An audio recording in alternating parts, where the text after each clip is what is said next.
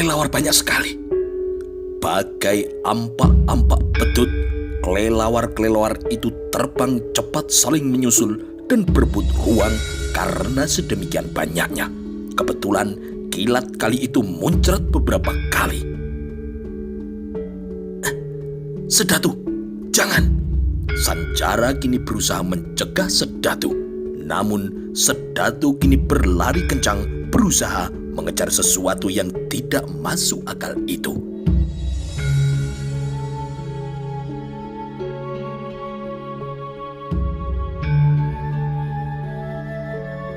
Sementara itu, hujan yang turun dengan deras ikut pula menjadi saksi dan keadaan yang berubah serta nasib yang membalik. Tanpa dukungan dari Riung Sedatu, Bantar Guris kini berubah mengalami nasib yang buruk. Jika selama ini ia selalu menang dan menang, kini ia merasa dirinya sebagai bangunan yang tidak disangka penopang yang kuat. Ketika bangunan itu ambruk, maka runtuhnya benar-benar tuntas. Beberapa orang botoh yang memasang semua uangnya kini membuat Bantar Guris menjadi berdebar-debar. Jumlah uang itu banyak sekali. Padahal sebelum itu Bantar Guris mengalami kekalahan yang beruntun. Telah beberapa kali ia harus membayar dalam jumlah yang besar. Bantar Guris melongok-longok, akan tetapi ia tidak menemukan yang dicarinya. Riung Sedatu tentu tidak kelihatan batang hidungnya karena ia memang tidak ikut pergi ke tempat itu. Lemaslah kini Bantar Guris ketika ia membuka tudung dadunya dan mendapati kenyataan kalau ia harus kalah lagi. Ia harus membayar taruhan itu dalam jumlah yang sama dengan sisa uang yang ia miliki. Habis sudah kini uangnya. Dari yang semula tidak punya apa-apa, Bantar Guris kini kembali menjadi tidak punya apa-apa. Keparat, mati aku, gumam Bantar Guris dalam hatinya. Bantar Guris adalah orang yang terbiasa berbuat licik dan juga berbuat culas.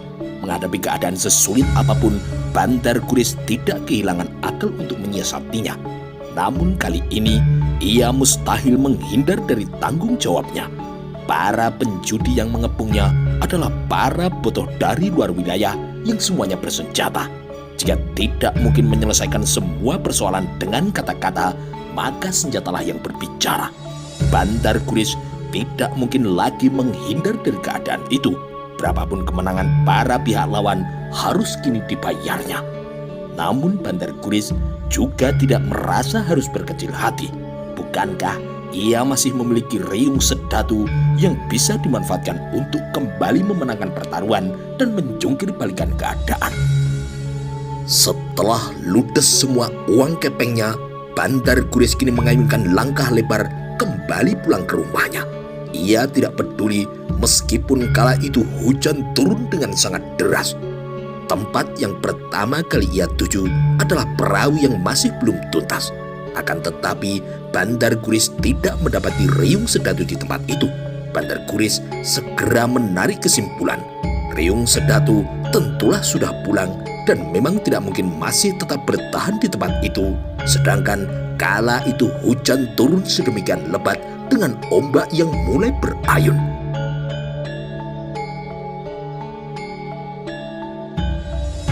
Setiba di rumahnya, Bantar Guris tidak juga menemukan yang dicarinya.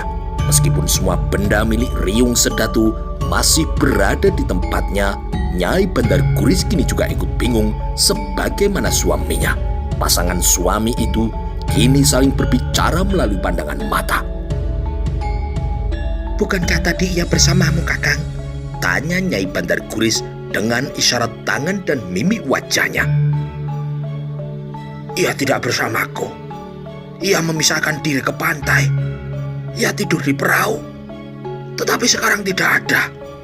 Bantar Guris kini tidak bisa tenang jika mengenang kekalahan yang telah dialaminya. Sungguh sebuah kekalahan yang sangat menyakitkan. Setelah menang dan selalu menang hingga menempatkan dirinya sebagai bandar judi, tiba-tiba keadaan berubah dengan seketika. Kini Bantar Guris tidak mempunyai uang sepeser pun. Ketika hujan kemudian mereda dan juga ketika hari esoknya datang, Bandar Guris menjadi semakin gelisah. Sepanjang pantai telah ia telusuri, namun yang ia cari tidak ada. Kehilangan Riung Sedatu bagi Bandar Guris adalah bagaikan kehilangan sebuah permata yang amat mahal baginya. Dengan kemampuannya yang amat langka itu, Riung Sedatu tidak ubahnya angsa yang bertelur emas. Masalahnya, angsa yang bisa bertelur emas itu kini tidak ada dan entah sedang berada di mana. Pontang-pantinglah kini Bandar Guris mencari. Siapa tahu Riung Sedatu kembali kehilangan kenangan dan tengah kebingungan karena berada di tempat yang tidak ia kenali. Atau semalam ia mengalami tidur berjalan dan kini kebingungan karena berada di tempat yang asing baginya. Untuk menemukan Riung Sedatu, Bandar Guris merasa perlu bertanya pada semua orang. Apakah kau tahu di mana Riung Sedatu? Aku tidak tahu, jawab salah seorang tetangganya dengan acuh. Sepanjang pagi hingga siang, Bandar Guris tidak merasa lelah untuk terus mencari dan mencari sampai kemudian putus asa pun datang menghampirinya. Dengan mata yang berkaca-kaca, Bandar Guris kini menatap wajah istrinya.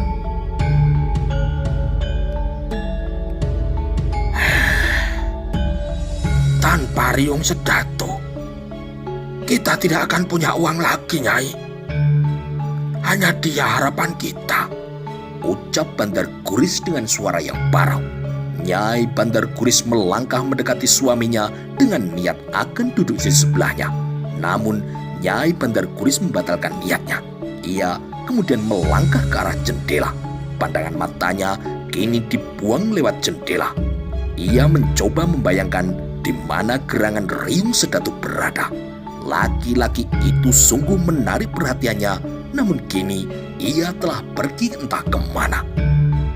Namun di sisi yang lain, Bandar Guris tidak patah semangat. Ia masih berharap Riung Sedatu akan kembali. Setidaknya karena semua barang milik Riung Sedatu masih tertinggal di rumahnya. Tetapi bagaimana andai kata semua kenangan Riung Sedatu atas tempat itu telah terhapus? Bandar Guris kini mondar-mandir.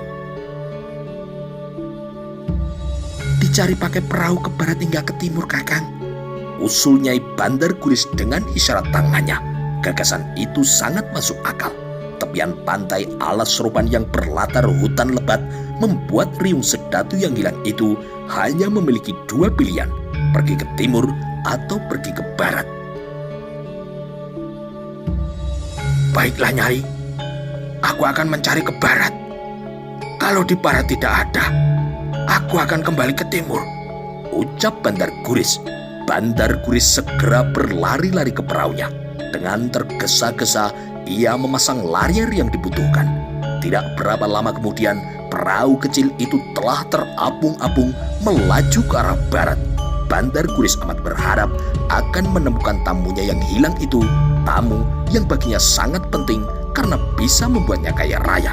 Beberapa kali Bandar Guris berpapasan dengan orang yang lain. Namun setiap kali ia menepi, orang itu ternyata bukan Riung Sedatu. Bandar Guris terus mendayung perahunya ke barat menyusuri pantai tepian alas roban. Namun yang ia cari tetap tidak kelihatan batang hidungnya. Pada suatu tempat yang menurut takaran dari Bandar Guris adalah tempat itu sudah sangat jauh dan mustahil Riung Sedatu sampai di tempat itu, Bandar Guris kemudian membalik arah sambil tetap membelalakan mata.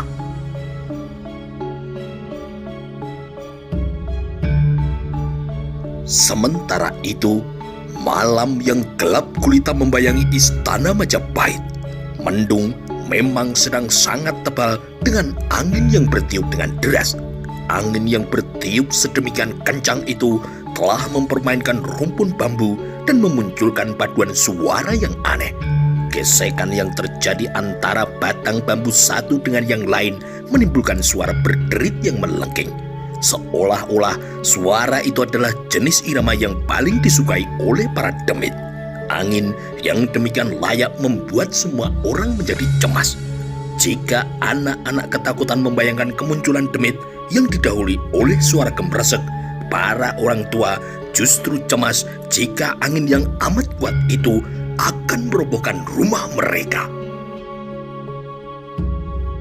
Angin yang sangat deras itu pula yang telah menyebabkan pohon Bramastana bergoyang dengan amat dahsyatnya. Padahal pohon Bramastana itu bukanlah pohon sembarangan. Itulah pohon yang dikeramatkan yang terletak di tengah alun-alun. Angin itu menggoyangnya, dan hal itu menyebabkan daun-daunnya yang tua kini berguguran. Apa yang dicemaskan oleh seorang prajurit yang memperhatikan pohon itu dari kejauhan kini menjadi sebuah kenyataan. Bersamaan dengan mulai turunnya hujan dari langit yang tumpah dengan mendadak, seolah langit telah disobek dibarengi petir yang muncrat kemana-mana. Nampak kini pohon Bramastana itu tidak mampu lagi menahan gempuran yang sedemikian dahsyat. Pohon itu meliuk-liuk oleh dorongan angin yang amat kuat. Suara apa itu? Seorang prajurit kini meletup kaget. Pohon Bramastana ambruk, jawab prajurit di sebelahnya. Prajurit yang memang dengan sengaja memberatkan pohon beringin itu. Prajurit pertama segera berbalik dan mengarahkan pandangan matanya ke tengah alun-alun. Akan tetapi hanya ada gelap gulita di sana.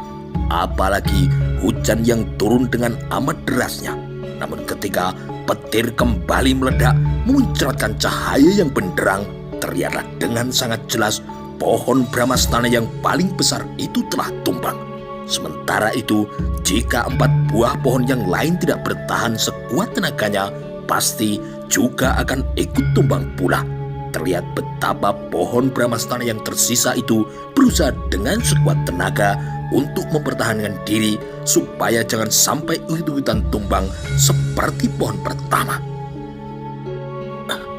Benar-benar roboh, ucap prajurit yang berpangkat rendahan itu. Prajurit itu rupanya tangkas dalam berpikir. Ia langsung bertindak setelah ia melihat sesuatu. Ia berlari menerobos hujan yang turun dengan amat deras itu. Mau kemana? Aku mau melapor ke Balai Perwira. Namun setiba di Balai Perwira, sebuah bangunan yang diperuntukkan bagi para perwira yang terletak tidak jauh dari Balai Manguntur, tidak dilihatnya Mahapati Gajah Mada. Padahal sebelumnya sang Maha Mantri Mukya itu masih berada di tempat itu. Akan tetapi prajurit rendahan itu masih bisa menyampaikan laporannya kepada Senopati Macan Lewung yang berdiri di dekat pintu sambil memperhatikan turunnya hujan. Ada apa? Tanya Macan Lewung. Mohon ampun Senopati, salah satu pohon Bramastana di tengah alun-alun telah tumbang. Prajurit itu kini menyampaikan laporannya. Senopati Macan Lewung kini terkejut. Apa kau bilang? Ya Senopati, angin deras menumbangkan pohon Bramastana. Tampaknya yang roboh adalah pohon yang paling besar, jawab prajurit itu. Senopati Macan Lewung menanggapi berita itu dengan sungguh-sungguh. Terlihat dari bagaimana ia tidak peduli pada hujan yang sedang turun dengan sangat deras. Dengan berlari-lari, Macan Lewung melintasi halaman tatak rambat Balai Manguntur. Prajurit itu mengikutinya dari belakang. Berdebar-debar kini Macan Lewung saat melihat pohon Bramastana yang dimaksud. Semula ia berpendapat sekeras apapun angin bertiup, tidak mungkin akan menumbangkan pohon itu karena cengkraman akar-akarnya yang begitu kuat ke bumi. Jika akar-akar yang kekar dari pohon Bramastana itu sampai kalah, pertanda kekuatan angin kala itu memang sangat dahsyat. Hujan yang turun dengan amat derasnya itu tidak sekedar hujan biasa karena bercampur dengan angin yang menderu. Keadaan yang demikian itu menyebabkan Prabu Hayam Wuruk yang sedang menyimak pembacaan mocopat yang dilantunkan oleh Nyai Rukmigati, seorang emban yang telah tua, kini bergegas keluar dan membuka pintu. Beberapa prajurit yang bertugas jaga kini sikap memberi hormat. Sang Prabu kemudian melintas ke pendopo dan mendekat kedua buah kupala yang terletak di kiri dan kanan undang-undangan untuk naik ataupun turun ke halaman. Dengan berpegangan pada kepala dari salah satu kupala itu, Prabu Hayam Wuruk menyapu halaman dengan pandangan matanya. Di antara prajurit yang bertugas mengawal pintu Wisma Raja, terdapat seorang prajurit yang bertugas untuk selalu melekat dan siap menerima perintah apapun yang akan diberikan oleh sang raja. Prajurit itu kemudian menempatkan diri di belakang raja. "Bukankah hujan ini terlalu deras, Singgura?" tanya Prabu Hayam Wuruk. "Hamba Gusti, deras dan berangin. Hujan yang demikian sudah bisa disebut sebagai badai." Prabu Hayam Wuruk memandang keluar pendopo untuk mengukur seberapa kuat angin yang berembus itu. Angin yang sedemikian deras sangat berpeluang meratakan dengan tanah rumah-rumah yang tidak terlampau kukuh. Sang Prabu kini berniat akan berbalik, namun bersama dengan petir yang meledak, tertangkap olehnya bayangan orang yang berlari. "Siapa itu?" tanya Prabu Hayam Wuruk. Singgura tidak bisa menjawab karena sama sekali tidak tahu. "Coba kau cari tahu, Singgura. Ada apa mereka berlari-lari melintasi hujan? Aku akan menunggu di sini." Sang raja kini telah memberikan perintah. Singgura tidak perlu menawar perintah itu. Meskipun hujan tengah turun dengan deras, Singgura tidak perlu terlalu lama pergi. Ketika ia kembali, ia telah bersama dengan Senopati Macan Lewung. Senopati Macan Lewung dengan segera menyembah dalam sikap tetap berdiri. "Hamba Senopati Macan Lewung, Prabu." Prabu Hayam Wuruk kini memperhatikan keadaan laki-laki tua di depannya itu dari ujung kepala sampai kaki. "Kenapa paman berlari-lari?" "Mohon ampun, Gusti. Hamba mohon izin untuk melapor. Pohon Bramastana paling besar di tengah alun-alun telah tumbang diterjang angin," kata Macan Lewung. Mendengar laporan itu, Prabu Hayam Wuruk terkejut. Dipandangnya Senopati Macan Lewung dengan pandangan mata yang tajam penuh perhatian. "Bramastana yang paling besar telah roboh?" tanya Sri Baginda. Senopati Macan Lewung kemudian merapatkan kedua telapak tangannya sambil menunduk. "Jika Bramastana saja roboh, pastilah angin kali ini benar-benar angin yang sangat deras. Paman, tidak peduli hujan kali ini adalah hujan yang sangat deras. Aku perintahkan kepada paman untuk menyebar prajurit. Aku khawatir banyak rumah yang roboh dan banyak rakyat Mojopahit yang memerlukan bantuan dalam menghadapi keadaan semacam ini. Paman kumpulkan semua keterangan. Apakah benar terjadi bencana sehubungan dengan badai yang terjadi kali ini atau tidak?" Senopati Macan Lewung tidak perlu menanyakan ulang perintah yang telah jatuh itu. Dengan sigap, Senopati Macan Lewung memberikan penghormatannya, kemudian ia melangkah mundur. Macan Lewung yang kini telah kembali ke Balai Perwira segera menyalurkan perintah yang baru diterimanya itu. Tidak berapa lama kemudian, beberapa ekor kuda berderap membelah malam. Namun seberapa keras suara kuda itu sama sekali tidak mampu meredam riuhnya hujan yang makin menggila. Angin yang bertiup dengan kencang telah menyebabkan pohon kelapa yang berada di sebelah kanan rumah Mahapati Gajah Mada kini meliuk-liuk dengan keras. Ternyata tidak hanya Prabu Hayam Wuruk yang merasa cemas mendapati hujan yang sedemikian lebat dan berangin itu. Di wisma kediamannya, Ibu Suri Sri Kitaria Tribuana Tunggadewi Jaya Wisnuwardani dan juga suaminya tidak kurang gelisahnya.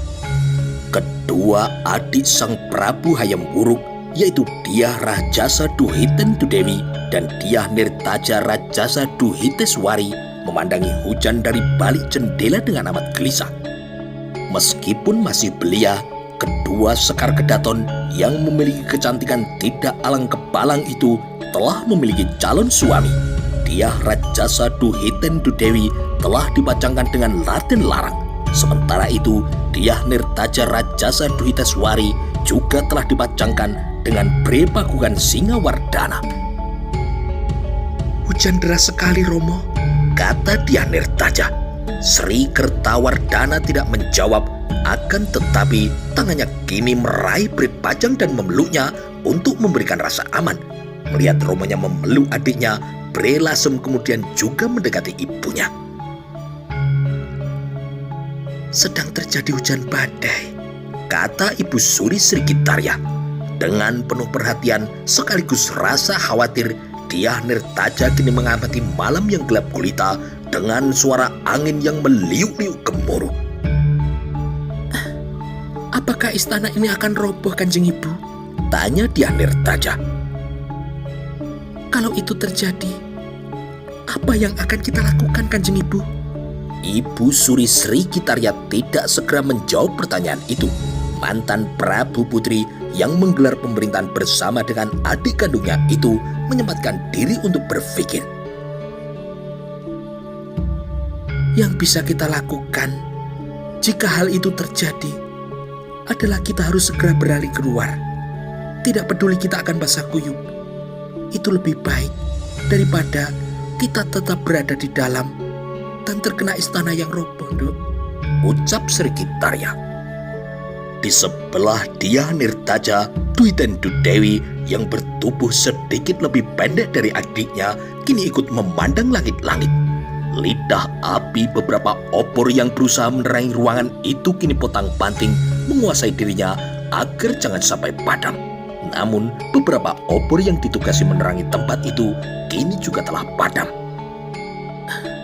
Istana ini bisa ambruk, Romo, tanya Dwi Tendu Dewi.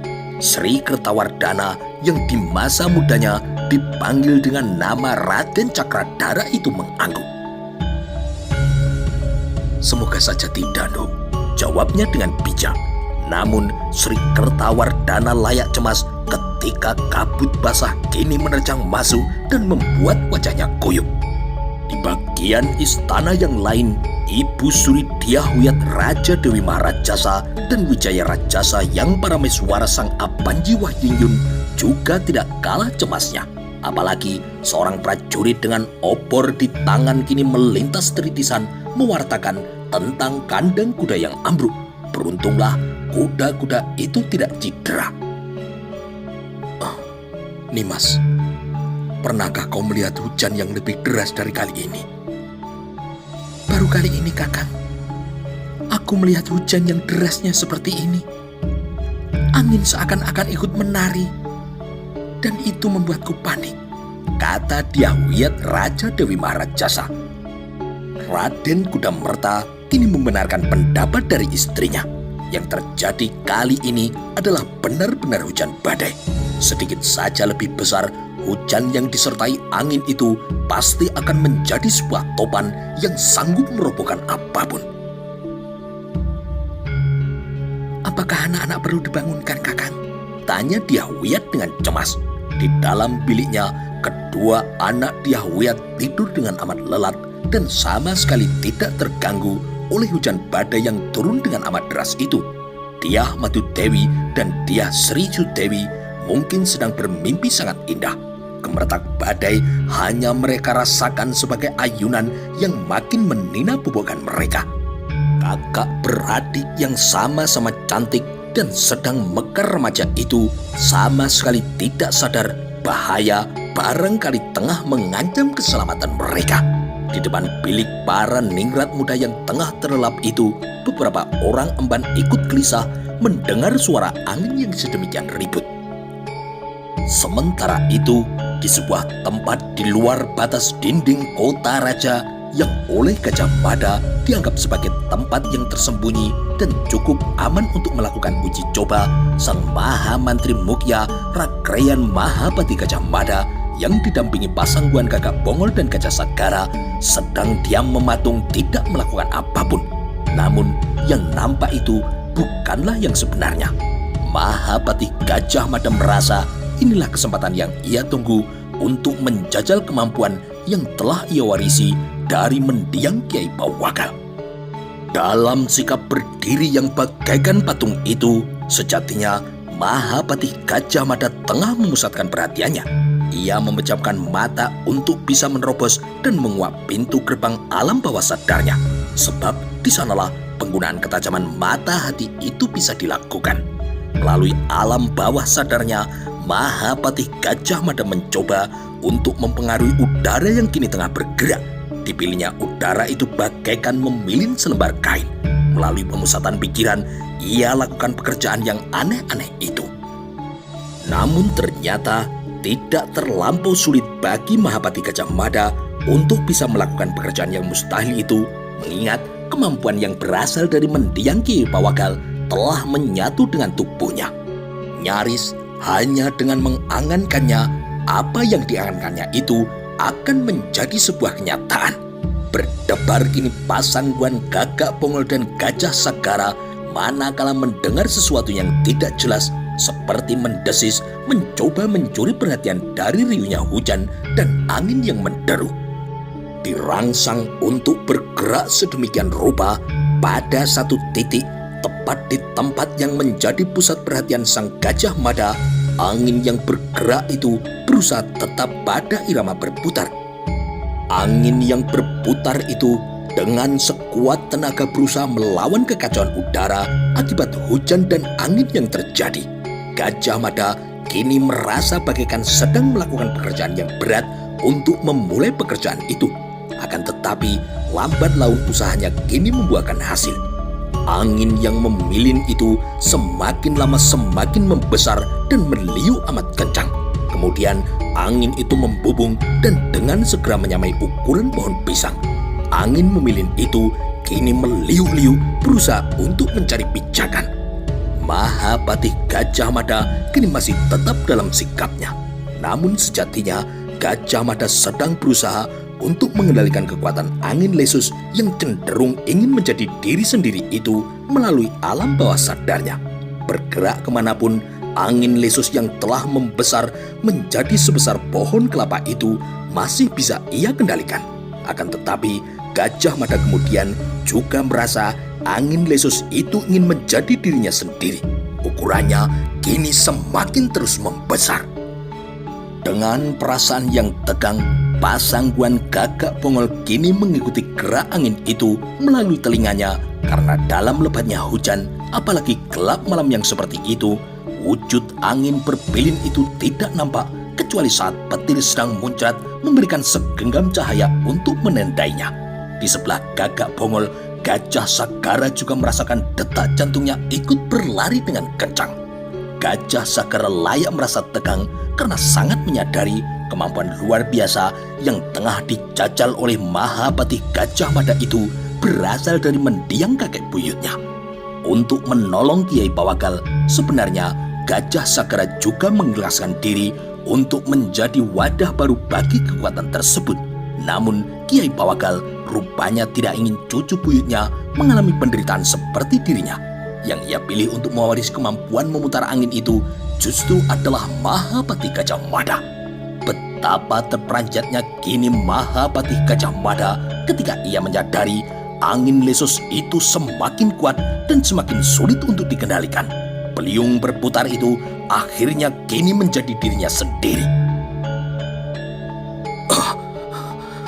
Aku tidak lagi menguasainya, ucap Gajah Mada mengagetkan pasangguan Gagak Pongol dan Gajah Sagara.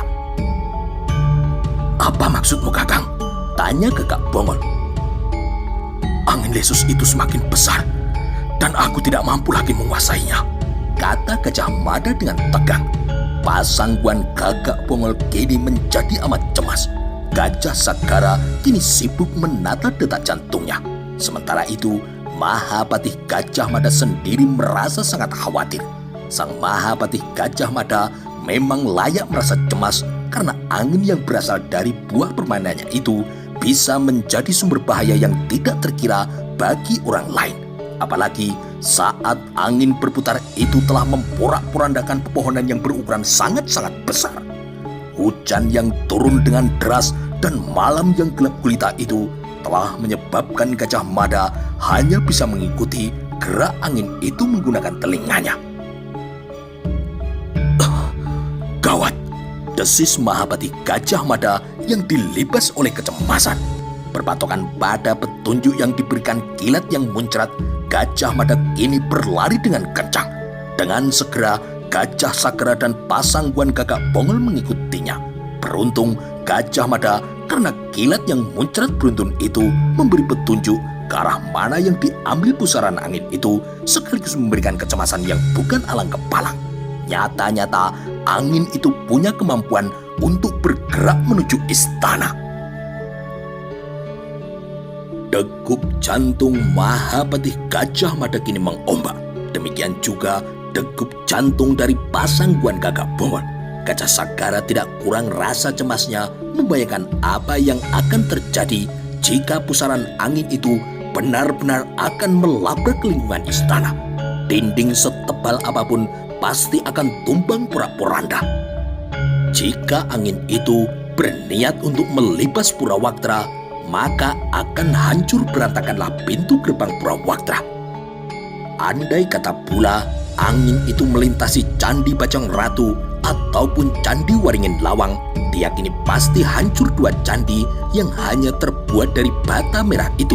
Demikian pula andai kata istana yang diterjang, Tatak Rambat Balimangutur pasti hancur, istana kediaman Sang Prabu dan semua kerabat istana juga pasti hancur.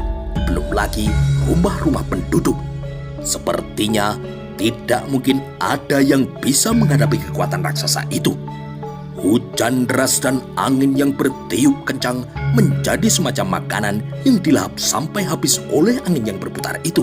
Selanjutnya ukurannya menjadi semakin menggila. Ukuran angin lesus itu lebih dari 2 depa pada titik-titik pusaran anginnya. Sementara bagian atas batang beliungnya berukuran jauh lebih besar. Andai kata saat itu siang hari, tentu akan dapat dilihat dengan jelas benda apa saja yang terisap dan terlempar tanpa daya.